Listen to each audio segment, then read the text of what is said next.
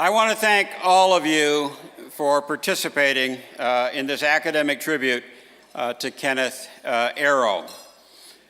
When Doug Bernheim asked Matt Jackson and Al Roth and me to organize this conference, we accepted, but we realized that it would be a challenge to come up with a conference worthy of Ken. We quickly came up with our dream agenda, which included 4 panels and 2 lunch speakers. And those of you who were on the program, thank you. You made our dream agenda come true.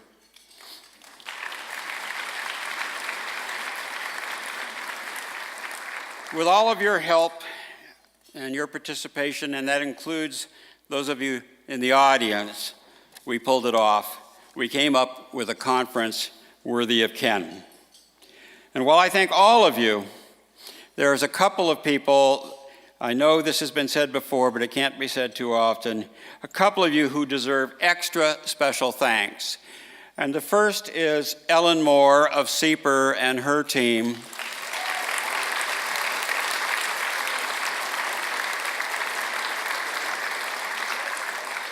Literally, it's true. Without Ellen and her team, this just wouldn't have happened.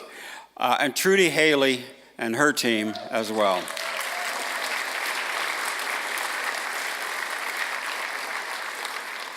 Now we turn to the family members. We will first hear from Larry Summers in a moment. And then later, after you finish your main course, and maybe after it's cleared, we will hear from Ken and Selma's 2 sons, Andy and David, and his beloved younger sister and fellow economist, Anita Arrow Summers. Finally, after Anita speaks, we have a lineup of 10 additional tributes to Kenneth. And of course, everybody's going to need to keep track of time and live within their allotted time. But that includes you. When you get your meal, eat it.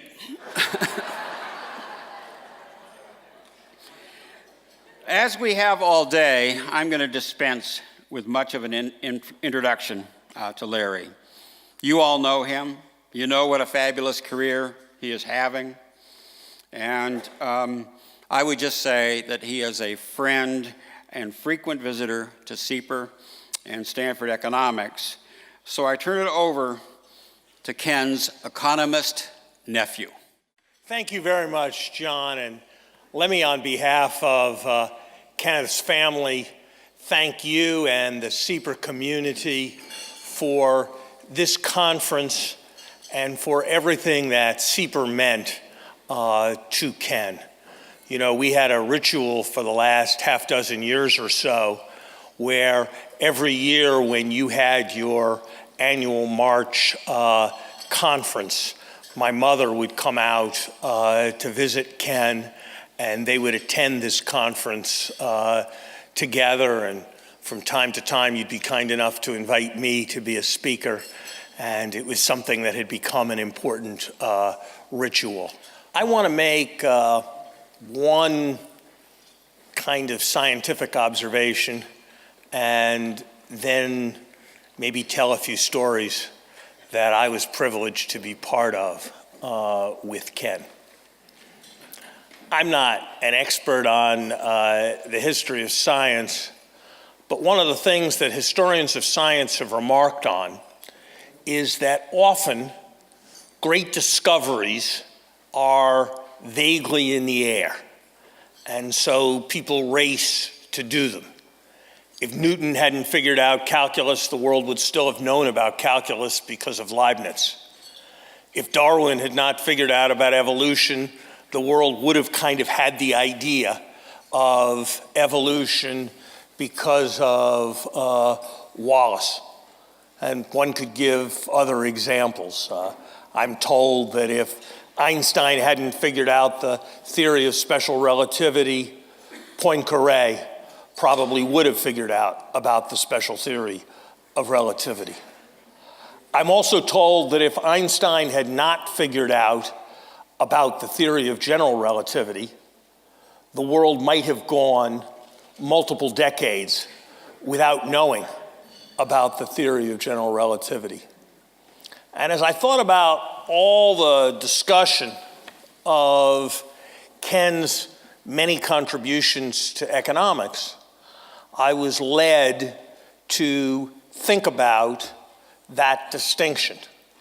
And there are others of you in this room with more expertise than I, but I think I'm probably right in judging that many aspects of general equilibrium theory were, in a sense, in the air. But I think I'm also right in saying that if he had not conceived the impossibility theorem, it had been 100 plus years since Condorcet, and it might have been another 100 plus years. And I think I'm right probably in saying that if he had not fully appreciated the various aspects in which general equilibrium theory could be extended to cover uncertainty, and in particular, the momentous consequences for almost every aspect of economics that come from adverse selection and moral hazard, it might have been a very long time before those ideas found their way in to established economics. And in a sense, it's the most important scientists of all who don't win a race with the other scientists, but who pose a question that others have not thought to ask and then answer it successfully. How was Kenneth able to do all of these things? No one really understands, I suppose, the nature of great genius. But there's some things I saw that I think give some insight. One is a passion for the subject and an extraordinary intellectual intensity. One of the formative influences in my life was an evening in the fall of 1972.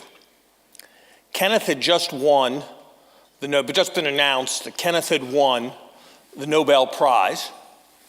And my other uncle, Paul Samuelson, hosted a party at his home for the Cambridge economic community to celebrate this great event. I was 19 years old and a sophomore at MIT. I was not a member of the Cambridge economics community at that point, but I was related to both the host and the prize winner. So I was invited to be part of that evening. And I made my way around and listened, and people were nice enough to me. But I have one extraordinary impression of that evening, which is the evening ran down. It came to an end. Everybody was kind of leaving. And Paul and Kenneth were discussing turnpike theorems. And Kenneth was explaining how Pointryagin had really done some extraordinary work in mathematics, and it had been recently translated from Russian, and it was really important for turnpike theorems.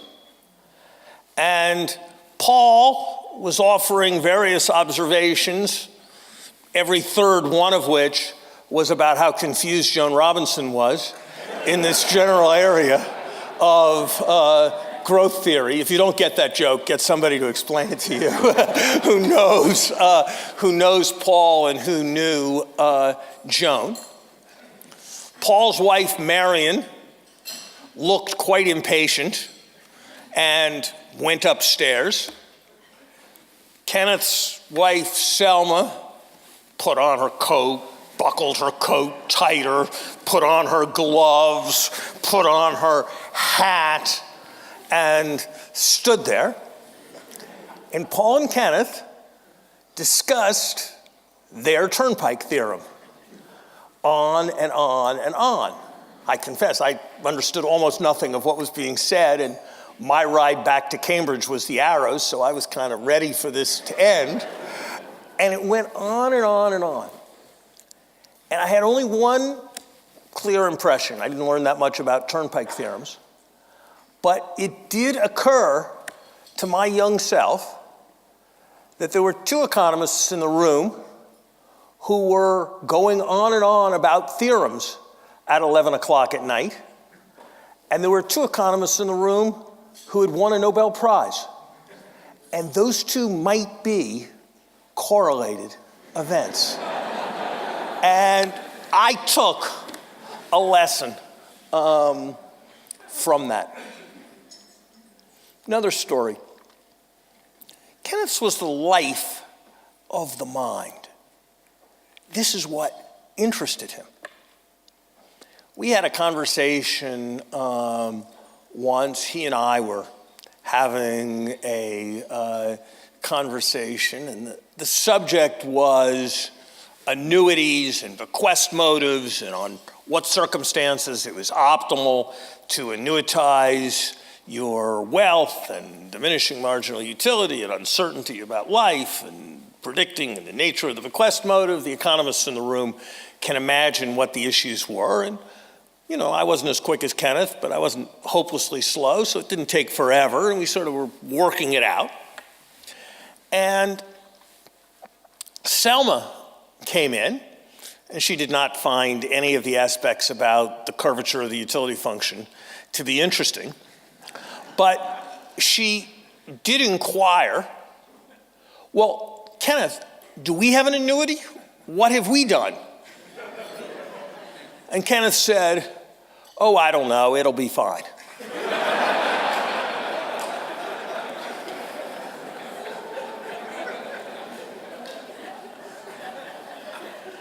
He was interested in what he was interested in. He had a remarkable capacity for not seeing himself as special or different, even though he self-evidently was. It was remarked in the course of a day that if you were giving a prize for well-organized, smooth exposition as a teacher, Kenneth would have been an unlikely winner. I was in his graduate microeconomic theory class, and it ranged widely in level. And at one point, some students found they really weren't able to follow what was going on, and they very politely went to see Professor Arrow to suggest that perhaps he might define his terms and provide a little more preliminary explanation before he launched into theorems. And Kenneth walked in the next day, and because it was a natural way to begin, he wrote f of x, and then he explained that f of x was a function, and this is what a function had done. Now, I will be honest. If I had done that, it would have been because I was annoyed at the students for being so stupid, and I was going to make a point by patronizing them if I had done that. If somebody else had done that, they would have had some other reason. Kenneth did that because, from his perspective, using the envelope theorem and the implicit function theorem together in 90 seconds was not really appreciably different in difficulty from knowing what a function was. And so he had no real idea of relative difficulty, because it was all so fundamentally clear to him. We were coming many, many years ago. Another thing that struck me, they had the American Economic Association meetings in Atlantic City. And after Atlantic City, Kenneth was going to come to our house in Philadelphia. It's about an hour and a quarter away. This was 2 or 3 years after he had won the Nobel Prize. Now, how was he going to get from Atlantic City to Philadelphia? Well, if you won the Nobel Prize, you might take a cab. Another thing you might do is, there were any number of economists at Penn who would have been thrilled to give him a ride from Atlantic City to Philadelphia. Kenneth took the bus from bus station to bus station. His sister, my mother, found this to be a rather odd thing and noted that there were these things called limos and various ways of getting there that were perhaps more comfortable than the bus. To which Kenneth responded, "I suppose so. It never occurred to me." And he never thought he was special, though he so self-evidently was. For the last, I don't know, my mother will know exactly, 45 years, we had Thanksgiving with Kenneth, with Selma, with Andy and David, now with Andy's child, Charlie, at my mother or my brother's house in Philadelphia. There were all kinds of kids as they were growing up saying all kinds of things, expressing all kinds of opinions, some of which made more sense than others. And I never heard Kenneth say an impatient word. He took as much interest in somebody's geometry problem about whether equilateral triangles were isosceles as he took in any theorem that any student was proving. He was so much smarter than everyone else, but he made everyone else feel so much smarter than they were. Rest in peace, gentle genius. Good evening, good evening. Thanks again to CEPR and Stanford Economics for this amazing gathering. I'm sure my dad would have been appalled at the number of people who are spending their evening honoring him and thinking that your time could be better spent studying, learning. I'm sure when most of you heard that I was going to speak, you pictured that 12-year-old boy that you met in the 70s the last time you came to visit the Arrows at Stanford, but now I'm a little older, a little wiser. And I have the semi-unique ability to let you know what it was like to have Kenneth Arrow as a father. It's pretty much what you would expect. You know, most importantly was instilling this desire to learn, a breadth of knowledge. Interestingly enough, there wasn't a lot of math or economics spoken of in the household. I think I may have seen some basic supply and demand curves at some point during my youth, but beyond that, nothing too major. I think it was more important for him to let us know the entire world. To me, you know, a picture that always stands out is my father on a Saturday morning sitting in his robe reading the encyclopedia, which understandably is a little bit spot on for someone who is known to have an encyclopedic knowledge. But it was very important for him that we understood culture and history, and we were, as young children, we were going to the Carmel Bach Festival, or we were going to the San Francisco Opera, or plays of all sorts, musicals. We had the joy of seeing the Doily Cart Company come to Boston back in the 70s, shortly before their demise, and see, traditional Gilbert and Sullivan the way perhaps no one other than my mother loved as much. But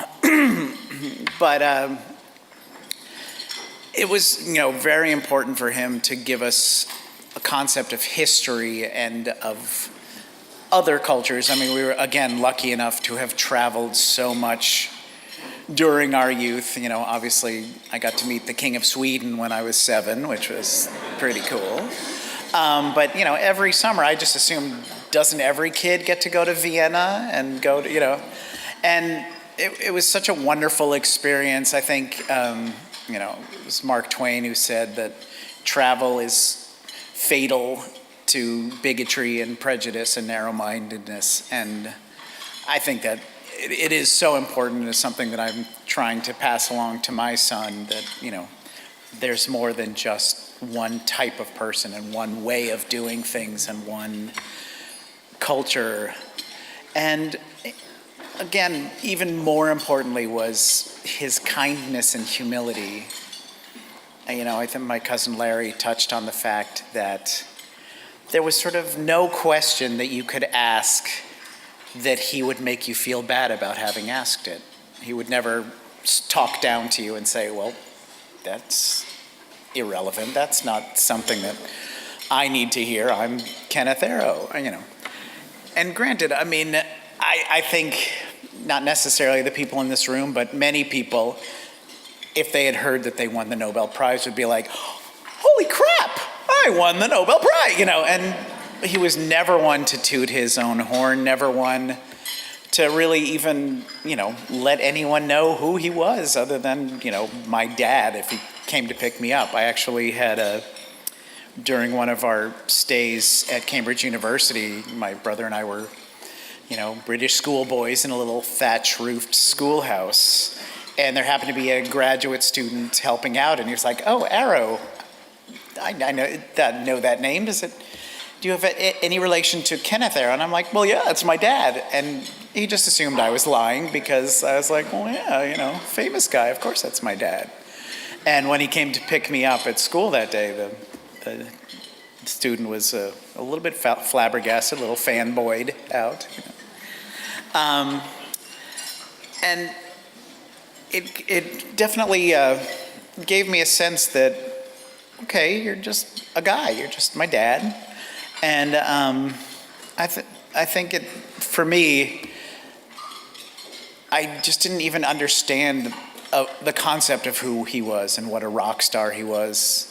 Even when my freshman year, my friend Charlie Goffin was writing an article for the Stanford Daily about the children of famous parents who were undergraduates.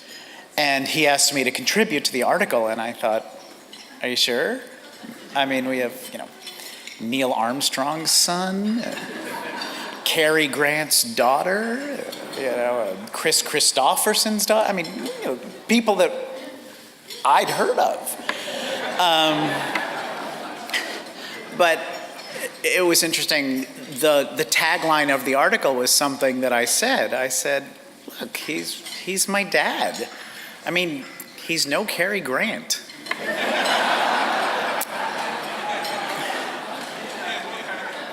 And then as the years went on, I kind of realized that, oh yeah, he is. And I'm so proud to have been raised in that household with such a wonderful father who is loving and educational and humble, and is passing along the same thing to my son, his grandson. And if you ever want to see a 94-year-old play peekaboo, he was on his game.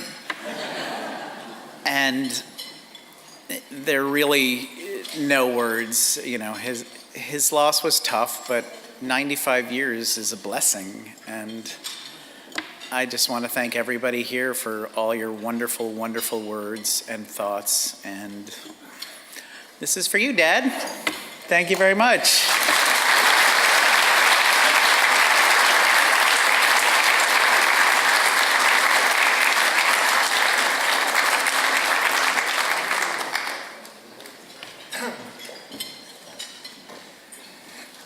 Hi, thank you.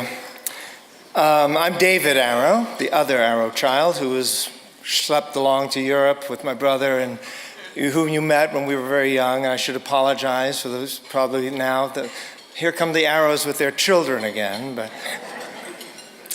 I thought I'd tell you a little bit about our family's connection and deep affection for the community here at Stanford, and how it became our home. We heard a lot today about my father's impact on economics, but his early ambition was not to be an economist. He had done very well at school in math, and an obvious choice of profession was to become a high school math teacher. So he took a number of classes at the City College of New York in teaching, which he later said to be useless in his eventual profession. He entered the PhD program in math at Columbia University, but his real interest became in statistics. Columbia didn't have a statistics department, but they did have a statistician named Harold Hotelling, who was in the economics department, and Hotelling was teaching a class in mathematical economics. Hotelling himself has a connection to Stanford, as he had taught here in the food research department before going to Columbia. My father took his course, and Hotelling became a bit of a mentor. But in order to continue his studies, my father had to apply for a scholarship. So he asked Hotelling for a letter of recommendation so he could continue his PhD in mathematics. Hotelling said that he had no influence over the math department, but if my father would switch to economics, he could virtually assure him a spot and the needed financial assistance. Dad enjoyed telling people who asked him how he became an economist by saying he was bought. You laugh, but you're all economists. That was a market decision. So, my father served in the Army Air Force Weather Service during World War II, as you've heard, and after the war, he returned to Columbia to complete his PhD, now as an economist. And he was still trying to come up with a subject for his dissertation when he was offered a position at the Coles Commission in Chicago. And it was in Chicago where he met my mom. My mother worked for the Department of Agriculture during the war and had taken night classes to finish her college degree. Her supervisor at agriculture was a man named Abe Gershik, who also eventually came to Stanford. Abe encouraged her to finish her studies and then to apply for a special scholarship available to women PhD students at Coles. And Mom and Dad met there in the spring of 1947, and they married 4 months later. They had a unique and special partnership that lasted more than 68 years. I think it's kind of impossible to say exactly how much my mother's influence had shaped my father's thinking, but I can't help feel that it must have had some effect because of the way she influenced others. When he published Social Choice and Individual Values, he dedicated it to my wife, Selma. When Dad got an offer to come to Stanford, my dad then got an offer to come to Stanford, and my mother said, well, the most important thing in the world is to get out of this cold Chicago weather. So in the fall of 1949, they moved to Stanford and rented a tiny bungalow near the creek in Menlo Park. It's just a stone's throw away from where they lived the last 12 years of their lives. My father taught 2 graduate classes that fall quarter. One was in mathematical methods and microeconomics, which had 3 students. And the other was mathematical methods in macroeconomics, which also had 3 students. the same 3 students. But one of them later became my uncle, Robert Summers. And very quickly, my parents established friendships here that lasted the rest of their lives. They loved the area. They went hiking in the high Sierras. They played badminton, played bridge, joined a square dancing group. Later on, they became part of a book club and a play reading group. They really had a full life here and enjoyed all the extra advantages of this community. My brother and I were born here in California and spent our early lives here at Stanford before moving to Cambridge, Mass, and my dad to Harvard. And we had many family friends there as well, and our time in Massachusetts was really wonderful. It brought us closer to our cousins, 2 of whom, Larry one of them, who were studying in Cambridge, and it allowed us the opportunity to spend our Thanksgivings with the Summers family, a tradition that, as Larry said, continues to this day. But in a way, Stanford always remained at the center of our lives. We returned every summer for the summer programs instituted by Mordecai Kurtz. And for our entire family, it was like coming home, reconnecting with friends in the Stanford community. And one of the reasons Dad left for Harvard was because he wanted to persuade Stanford to create a larger economics department. And if they did, he would come back. And by the late 70s, the department had grown, and my parents began to consider returning. My father told me that one of the deciding factors occurred when he was out here during the winter for a seminar, and he was driving, and he came to an intersection, and all the cars stopped, and every other driver beckoned the other one to go first. And he said, this is where I want to be. Now, mind you, we were living in Massachusetts, and they are the worst drivers in the world. And so probably anywhere would have been an improvement. So I'm just glad he wasn't visiting Utah at the time. So Stanford again became our residence. And that time for us again as a family was particularly rewarding. Dad made deeper connections and new connections with the department here, and their circle of friends grew even larger. But in another sense, though, home for Dad was also in the intellectual communities that he visited all around the world, with the colleagues from all over the globe, many of whom became close family friends, and many of whom are here today. My father would have really loved today. He would have been embarrassed, as Andy said, about all the talk about him, but he would have loved to see everyone, to debate an issue, hear a new idea, and then try to make it better. It was perhaps his constant curiosity and love of knowledge that kept him vibrant at seminars and at his desk and at his computer to his last days. I want to thank everyone here who made the journey to come today, and those who spoke, those who listened, and those who have been friends to my parents and to us for so many, many years. I hope you all know what your friendship and camaraderie meant to him.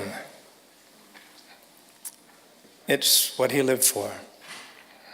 I particularly want to thank Al Roth and Matt Jackson and John Chauvin for organizing the event, for all the administrators who put it together. And I want to thank Stanford University and the Department of Economics for inviting my mother and father to make their life here almost 70 years ago. It feels sort of like an ending, and I'm reminded of whenever we would leave a room to go somewhere, my father would chirp in and quote T.S. Eliot. Let us go then, you and I, when the evening is spread out against the sky.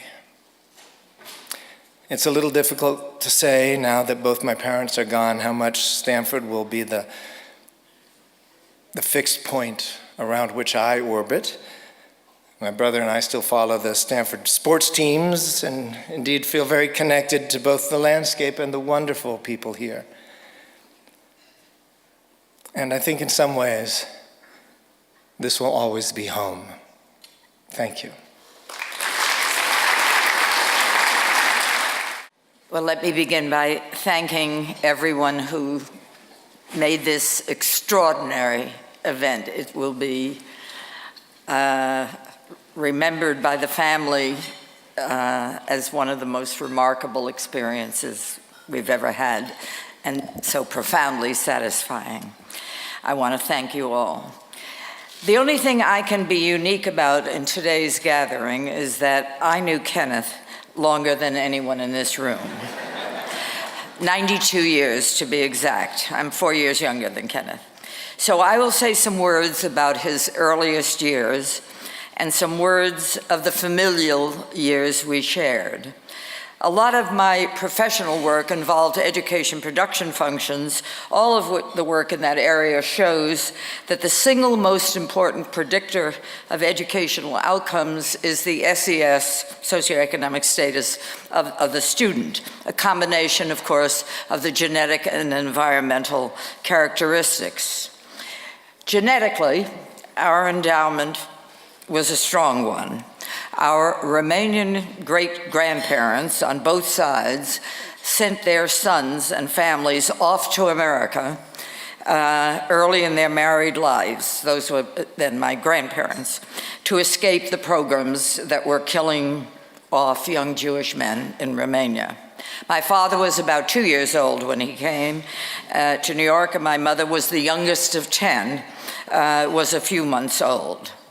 Our father's parents, this is an incident which remains with me as an example of genetic background, were very, very low income and no formal education. The only education was through the synagogue and a respect for knowledge through that.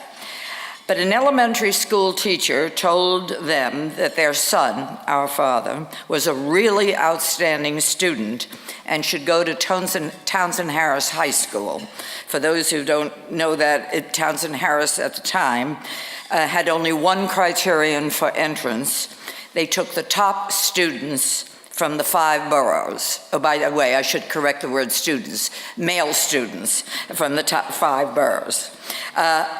But the issue was that he had to go by subway to do that, and that involved 10 cents fare every day, 5 cents each way.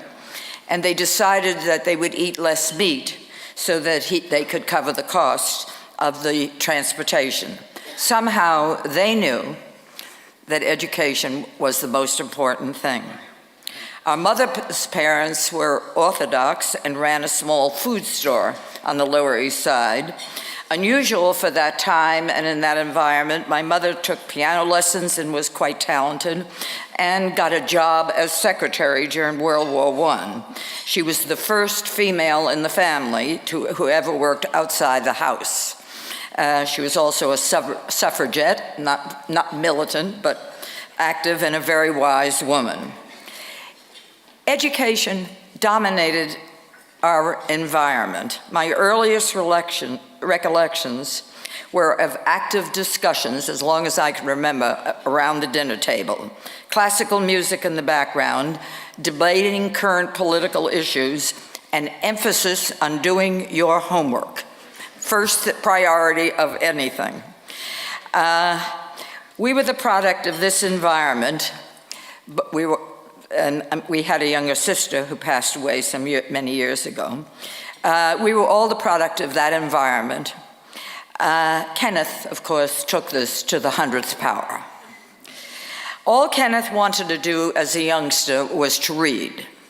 When he was about 8 years old, he would read every night when he went to bed, and around 10 o'clock, my parents would see his lights on and shut the lights off and take the book away. When my and shut it off. Then Kenneth figured out he found some flashlights, and he started to read by flashlight. So they took that away. Then one summer night, at this point we lived in Great Neck, there was vigorous knocks on the door at 2 a.m. in the morning with two policemen who said there was a person on the roof and they were going up to get a burglar. It was Kenneth who had climbed out of the window. It was the night of a full moon and was sitting blissfully reading away, uninterruptedly, he thought. The quest for learning was his lifetime passion. After he passed away, I received many notes from people who expressed appreciation for the interest he had shown in their research. I received a number of things from people I didn't know at all, but who somehow found my address and would tell me about this. Always available for comments and suggestions. Partly, and many of you have emphasized this, was because he was intellectually generously spirited. But an important part was because he always thought he could learn something from anyone. Let me illustrate that. He was asked to be a guest speaker at a university that had received a large donation to build a new economics building. And when they were opening up the building for the opening ceremony, they invited Kenneth to come to be the guest speaker. The donor was a very, very uneducated person, a long-ago immigrant, but who had been a very successful businessman. Kenneth, of course, was seated next to this man, and they talked and talked away. The next day, I got a call from a friend of mine there who had been running this thing and said he had asked Kenneth afterwards, "What in the world did you find to talk about with that man?" And Kenneth answered, well, it was an opportunity to learn a lot about a set of experiences he knew very little about. He wasn't the least bit bored. The point is, he always regarded anybody he hadn't met and asked about them and found he learned something that he didn't know before. It wasn't just that he was kind and generous. Kenneth understood his abilities, but he always thought he could learn more. And as you all know, he never felt a need to display how talented he was. He never wore his successes. His modesty is well exemplified by this event. The day he received the Nobel Prize, he was on a flight across the country. So in fact, he did not get that early morning call. He learned about it when the plane landed and the press were there. I had heard it in Philadelphia, where I live, early in the morning, and I got on a train right away to be with my mother in New York, who was ill, and to spend that day together with her. Kenneth called, and I answered the phone, and after I transmitted our pride and joy, he lowered his voice and he said, "Mother won't be happy when she sees the photos when I get off the plane because I hadn't shaved that morning." So the day of the Nobel Prize, it was a worry that he hadn't shaved.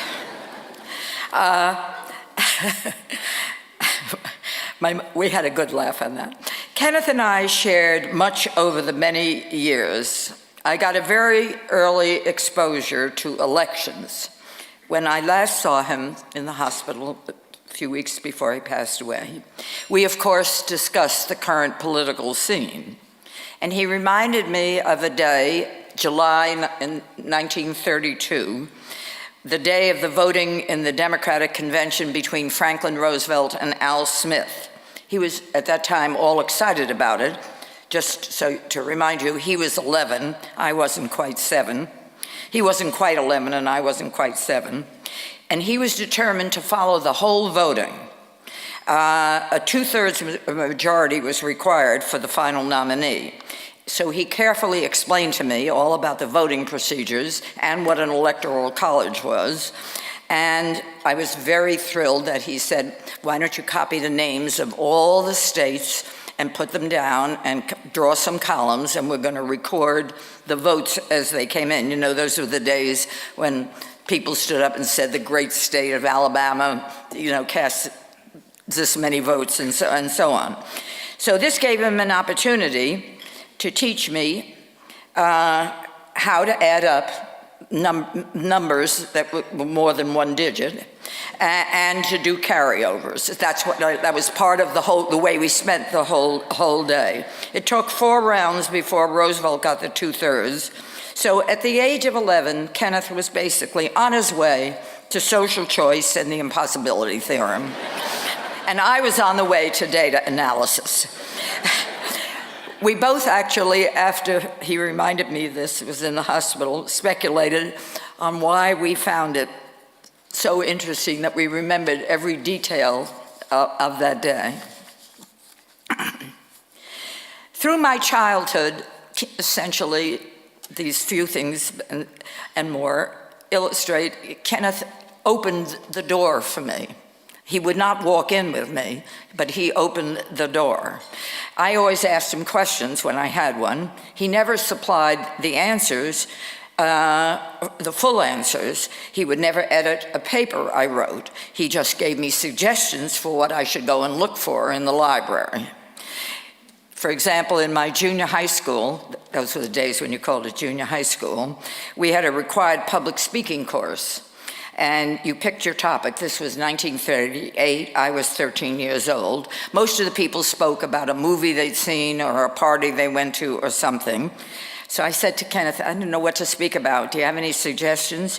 He said, yeah. Why don't you speak about the anti-lynching bill, which is now in front of Congress?